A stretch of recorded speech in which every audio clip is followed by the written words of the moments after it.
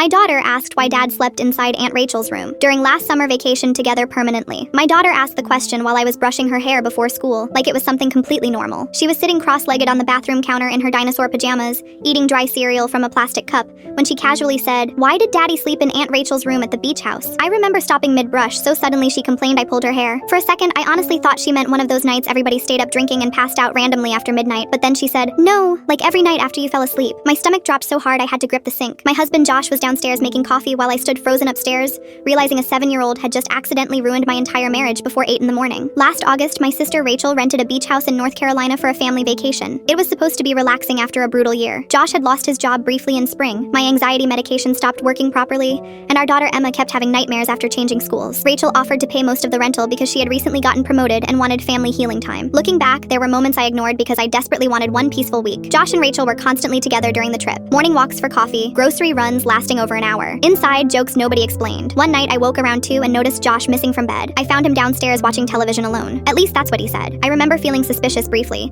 but Rachel was my older sister, the person who held my hand during labor, the woman who helped pay my college tuition when Mom got sick. My brain physically rejected the idea of them betraying me together. After Emma left for school, I confronted Josh immediately in the kitchen. He denied everything too fast. He kept repeating Emma probably dreamed it because children confuse memories sometimes. Then I called Rachel from my car outside work, and the silence after I asked the question told me everything before she even answered. She started crying quietly. Not dramatic crying. Worse, guilty crying. She admitted the affair started 2 months before the vacation and ended shortly afterward because Josh couldn't handle the pressure anymore. Apparently, they thought they hid it carefully enough. Meanwhile, I spent that vacation taking photos of them building sandcastles with my daughter, posting captions about gratitude and family. Rachel said she never planned for it to happen. I screamed so loudly inside my car that a woman walking nearby actually stopped to stare through my window. The ugliest part wasn't even the affair itself eventually. It was discovering how long everybody else suspected something before I did. My cousin admitted Rachel talked about Josh constantly for months. One of Josh's friends stopped inviting us over because the tension felt weird. Even Emma later told me she thought Daddy liked Aunt Rachel more because he smiled differently around her. That sentence still replays inside my head randomly while I'm grocery shopping or folding laundry. Josh moved into an apartment 3 weeks later after I found deleted messages recovered on our shared tablet. They weren't even romantic anymore by the end. Mostly logistics, guilt, and arguments about me. Reading strangers discuss your pain casually is a different kind of humiliation. Rachel and I haven't spoken in almost a year now. My mother still tries forcing reconciliation because she hates family conflict more than betrayal apparently. Josh sees Emma every other weekend,